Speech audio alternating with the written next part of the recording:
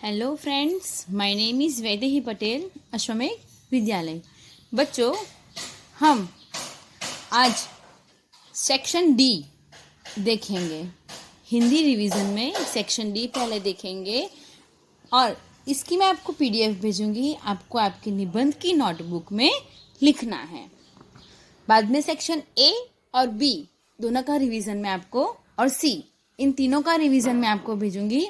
पहले हम section D देख लेते हैं और वो आपको आपकी नोटबुक में निबंध की वो लिखना है। तो पहला है दिवाली। दिवाली हमारे देश का मुख्य त्योहार है।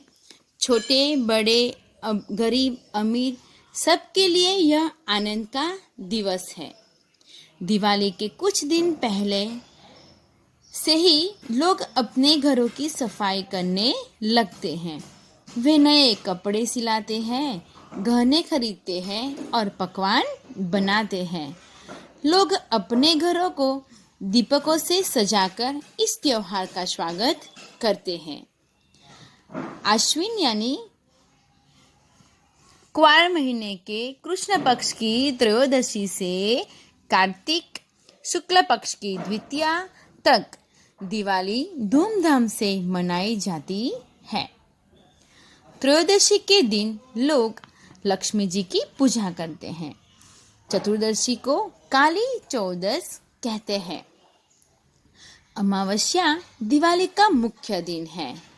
इस दिन रात को व्यापारी अपने हिसाब किताब की बहियों की पूजा करते हैं।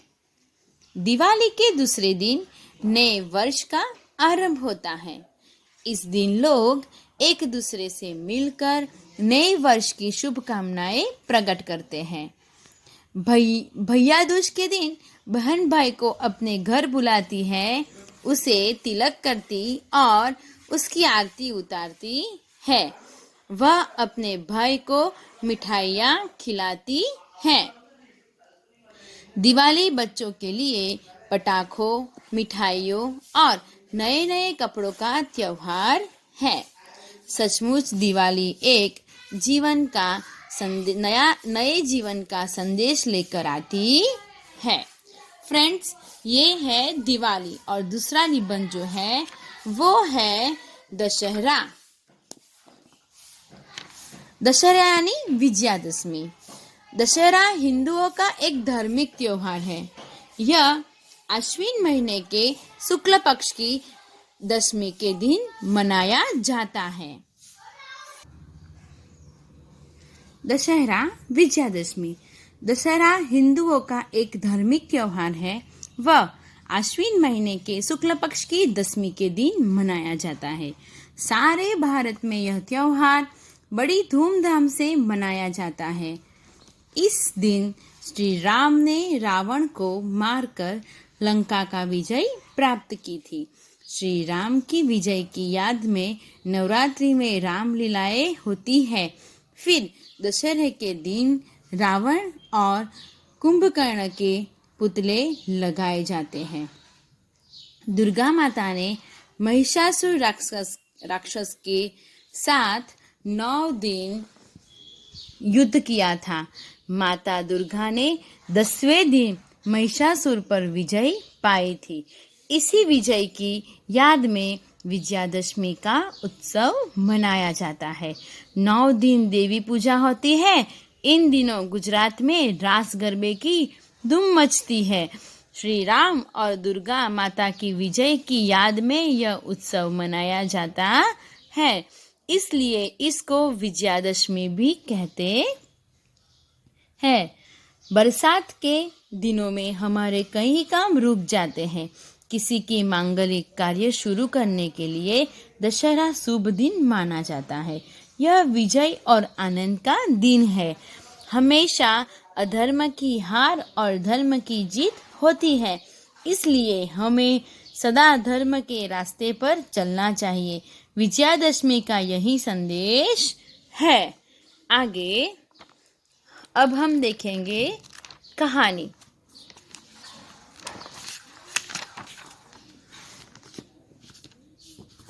एक लकड़हारा जंगल में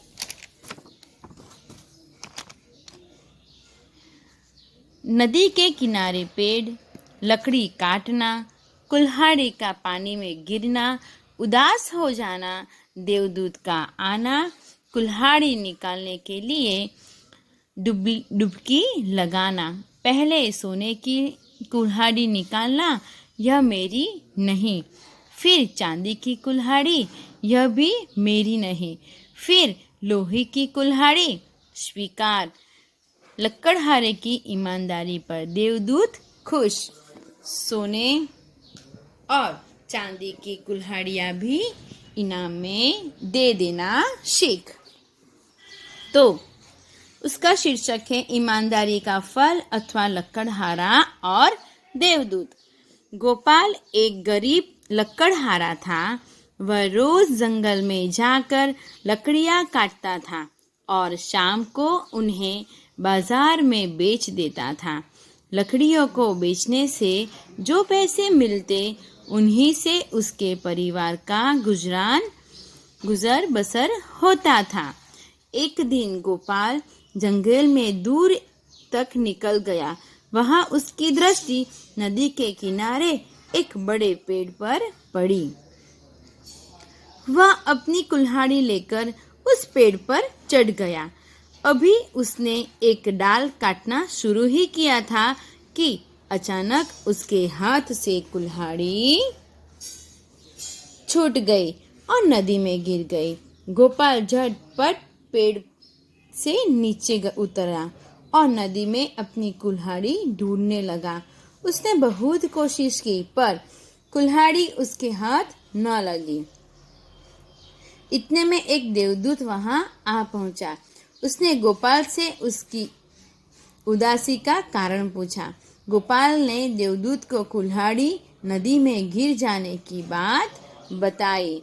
देवदूत ने उसे धीरज बंधाते हुए कहा, घबराओ मत, मैं तुम्हारी कुल्हाड़ी निकाल दूंगा। यह कहकर देवदूत ने नदी में डुबकी लगाई। वह सोने की कुल्हाड़ी लेकर बाहर निकला। उसने गोपाल से पूछा, क्या यही तुम्हारी कुल्हाड़ी है? गोपाल ने कहा, नहीं महाराज, यह मेरी कुल्हाड़ी नहीं है। फिर दूसरी बार डुबकी लगाई। देवदूत ने चांदी की कुल्हाड़ी निकाली। तब भी लकड़हारे ने इनकार करते हुए कहा, नहीं, यह भी मेरी कुल्हाड़ी नहीं है। देवदूत ने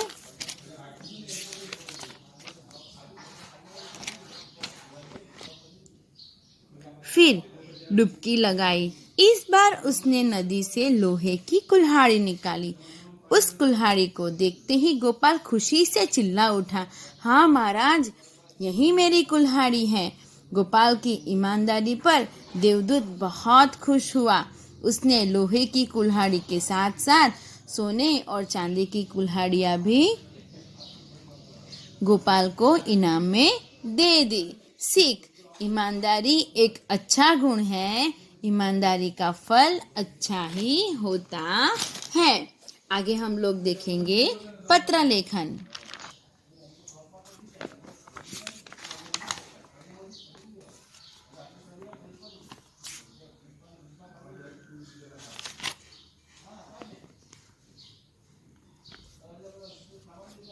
तुम्हारी सखी राष्ट्रभाषा प्रवेश परीक्षा में प्रथम श्रेणी में विशेष योग्यता से उत्तीर्ण हुई है। उसे बधाई देते हुए पत्र लिखिए। तो पहले हमें एड्रेस लिखना है साइड पे, अपने राइट साइड पे, फिर आगे प्रिय सखी फाल्गुनी, सप्रेम नमस्कार।